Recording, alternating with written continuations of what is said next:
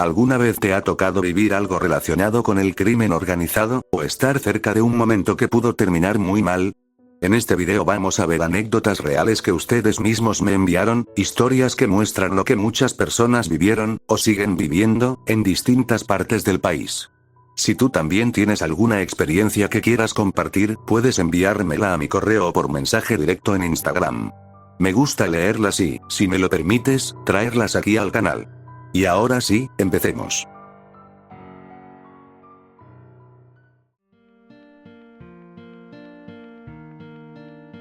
Hola Sasori, te cuento la mía. Esto pasó cuando iba en la preparatoria. Mi escuela era un colegio grande, de esos que tienen desde kinder hasta universidad. Ojo con ese dato. Ya eran las últimas semanas del semestre, cuando todas las clases ya estaban calificadas y prácticamente solo ibas a perder el tiempo, porque las materias habían terminado. En una de esas veces se me hizo fácil no entrar a la escuela. El instituto ocupaba toda una cuadra y, al lado, había casas. En una de esas calles había como una entrada muy metida, y ahí fue donde me metí para esperar a que todos se fueran, cambiarme y luego salir a perderme por ahí. Pero ¿cuál fue mi sorpresa? Mientras me iba adentrando en esa calle, vi que la última casa era enorme, muy bonita y completamente cerrada. Algo raro, porque la calle ni siquiera estaba pavimentada. Mientras más avanzaba, sentía que me observaban. Algunas personas se metían a sus casas y luego volvían a salir para mirar. Cuando me senté afuera de esa casa para buscar mi ropa y cambiarme, se acercaron dos personas. Un señor ya mayor, como de unos 60 años, con un machete, y otro de unos 35 o 40 años con un arma larga, no una pistola, un arma larga de uso militar. Los dos se veían muy imponentes. Me preguntaron qué hacía ahí. Yo me quedé en shock por el susto y solo les dije que nada, que era estudiante. Me arrebataron la mochila, revisaron y vieron que efectivamente llevaba libros y ropa. Luego me aventaron la mochila a la cara y, de forma amenazante, me dijeron que ya sabía que no tenía que entrar por ahí. Yo solo asentí y me fui. Salí de esa calle metida y me senté un rato a respirar. Cuando volví a reaccionar, todos ya habían entrado a clases y pues, ya era obligatorio irme de pinta. Cuando llegué a mi casa, mi papá solo se rió y dijo que seguramente pensaron que era un morro bomba. Obviamente no le conté que no había entrado a clases. Hasta la fecha me da ansiedad pensar que, al lado de una escuela de cierto renombre, haya gente de ese tipo. Porque, Dios no quiera, si algún día llega a pasar algo grave, lo más probable es que esas personas se metan a la escuela para esconderse o cosas así. Creí que todo iba a terminar ahí, pero hace unas semanas un familiar muy cercano me dijo que piensa meter a su hija a esa misma escuela. Y la verdad, desde que escuché eso, solo me queda rezar para que nunca pase nada. Bueno, mi anécdota no es la gran cosa y quizá no se relaciona mucho, pero pasó cuando tenía 8 años. En ese tiempo yo tenía un teléfono de esos de teclas, solo para comunicarme con mis papás por cualquier emergencia. Un día me marcó un número desconocido. Contesté y del otro lado habló un hombre diciendo que tenían secuestrada a mi hermana. Luego me pasaron a mi supuesta hermana. Se escuchaba llorando y pidiendo ayuda, diciendo que nuestros papás tenían que pagar un rescate. La verdad, me espanté muchísimo al escuchar a alguien llorando así, desesperadamente, como si de verdad estuviera en peligro. Pero cuando les dije que yo era hija única, colgaron. Sé que este tipo de cosas son relativamente comunes, como las extorsiones que hacen desde cárceles o algunos grupos, pero en ese momento yo no sabía nada de eso. Ahora que lo recuerdo, también intentaban sacarme información. Me empezaron a preguntar cosas como dónde vivía, supuestamente para que fueran por el dinero y poder dejar a mi hermana. Pude haber caído, porque la llamada sí se sentía muy real y me asustó mucho. Creo que lo único que evitó que pasara algo peor fue que realmente soy hija única.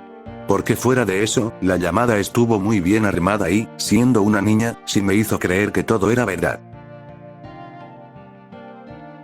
Yo ahorita tengo 25 años, pero en el 2010 recuerdo que tenía amigos en la primaria que ya tenían celular. Lo curioso era que todos me decían lo mismo, que sus papás les habían pedido que no guardaran los contactos como familia ni con nombres que indicaran parentesco. Nada de primo José, hermana Fabiola o cosas así.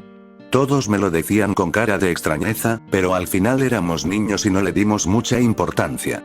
Fue hasta años después cuando entendí por qué. Me dijeron que en ese tiempo las extorsiones estaban muy fuertes y que esa era una forma de evitar que alguien pudiera identificar a la familia en caso de que el teléfono se perdiera o cayera en manos equivocadas. Ahí fue cuando todo tuvo sentido.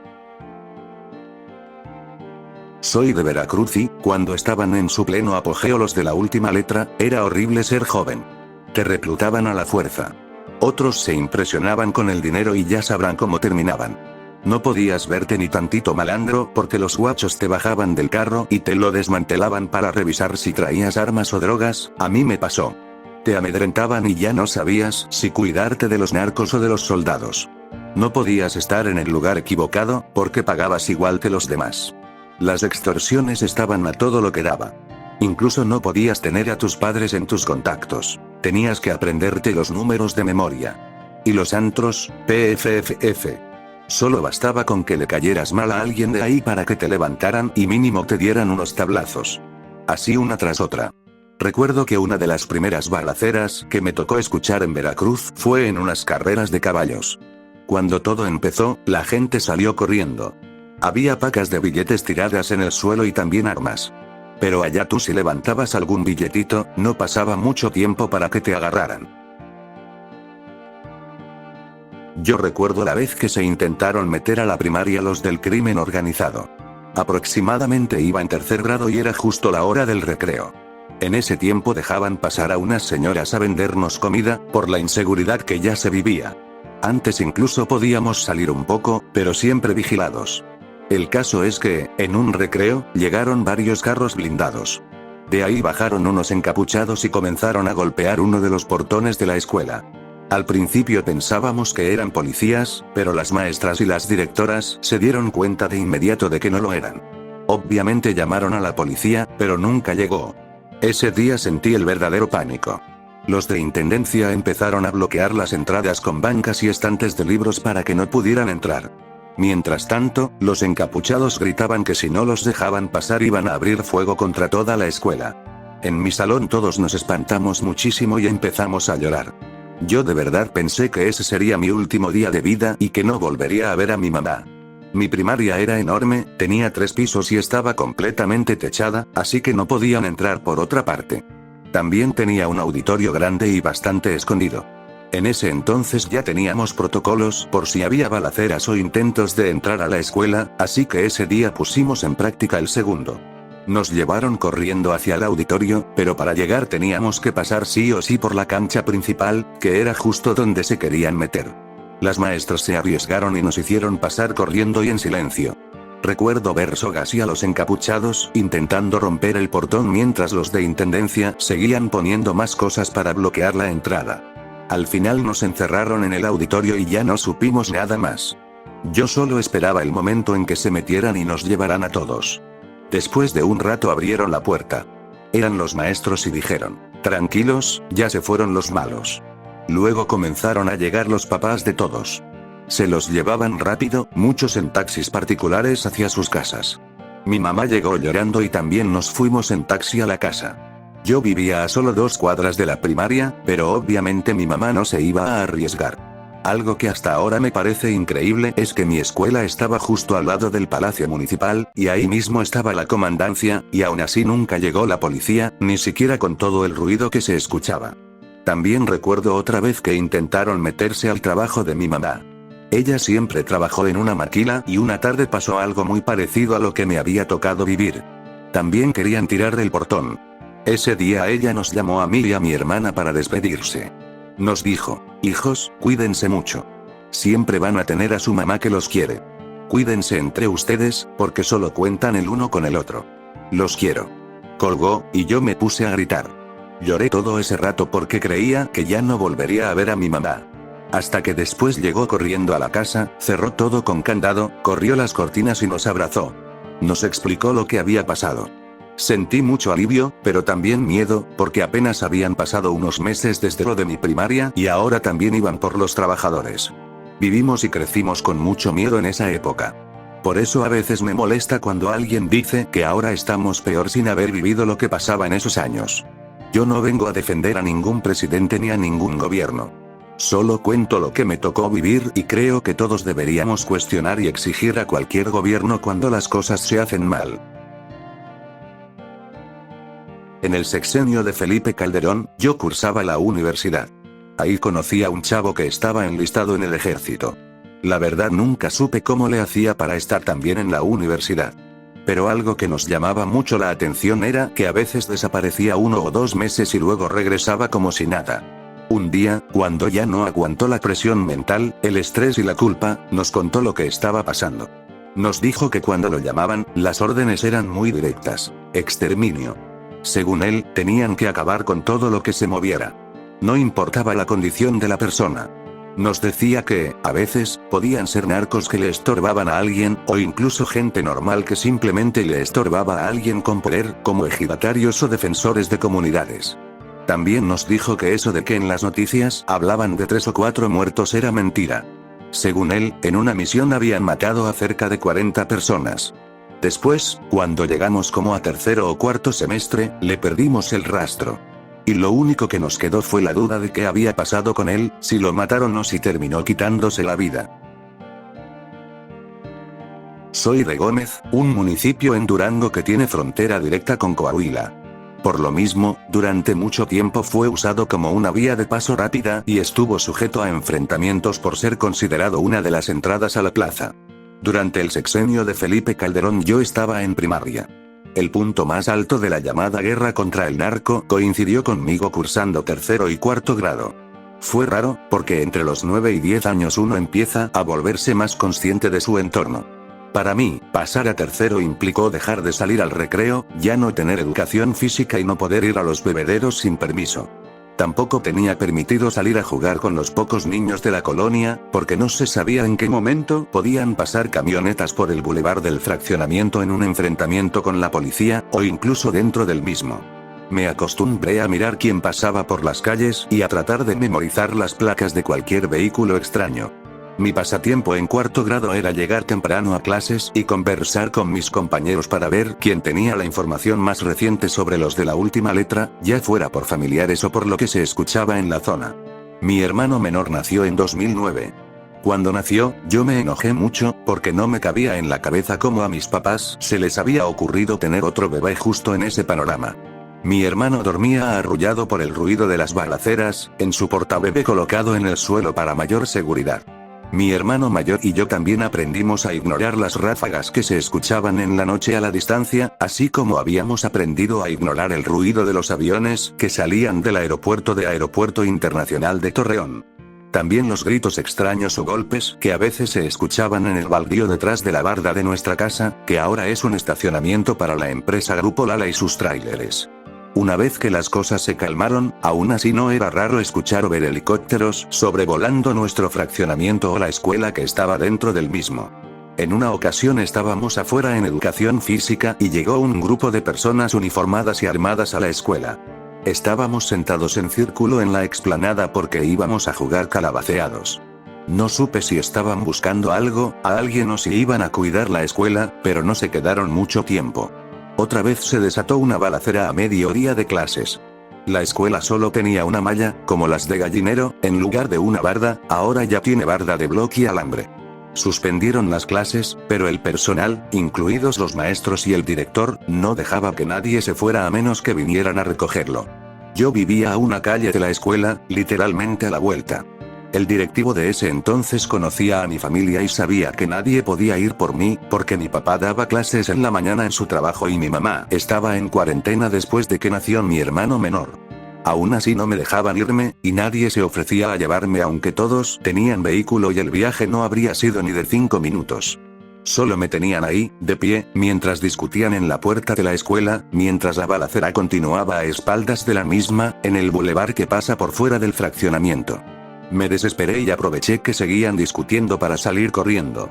No sé si fue el pánico o el estrés, pero mi cerebro pensó que la mejor idea era rodear y tomar la ruta del bulevar, justo por donde estaba la balacera, para llegar más rápido a mi casa.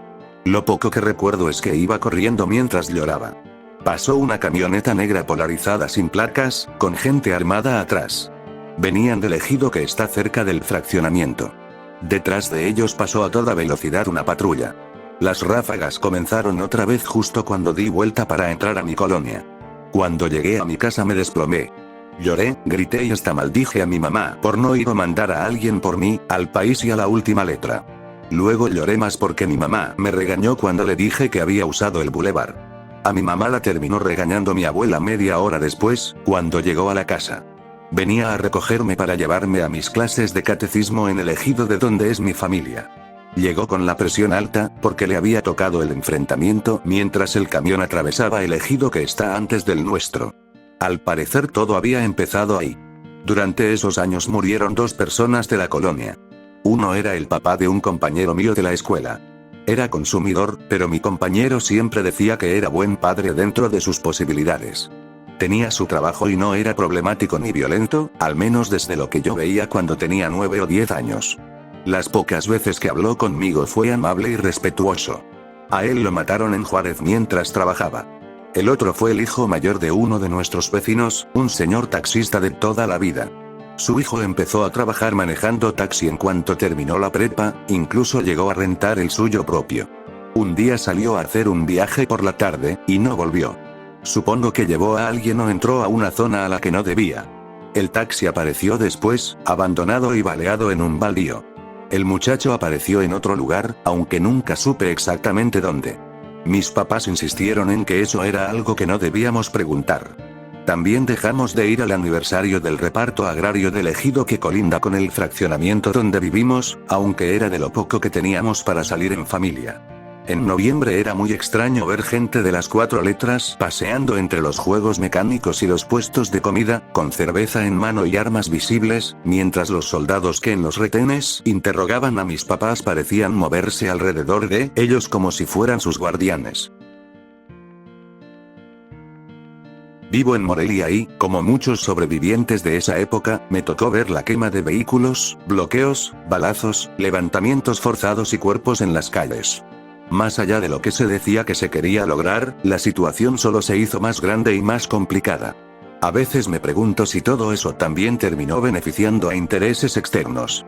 ¿Por qué creen que ahora hay más condominios en zonas que antes estaban protegidas?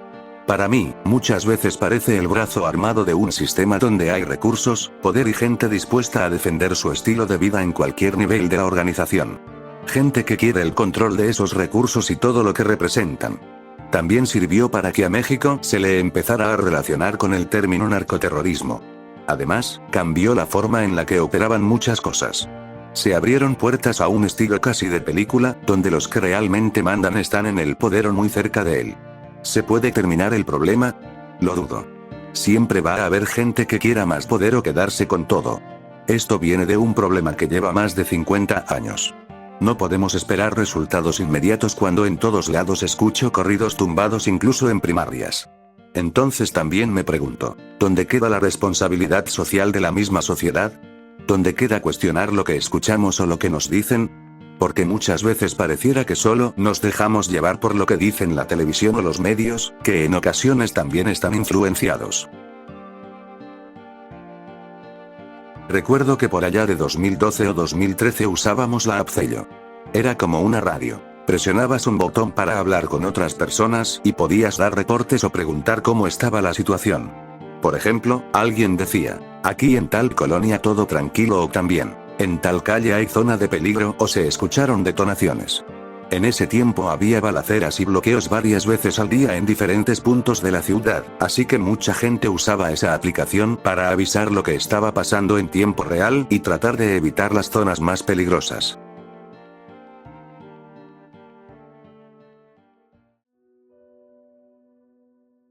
Antes de terminar el video, quiero agradecer a todos los que enviaron sus anécdotas.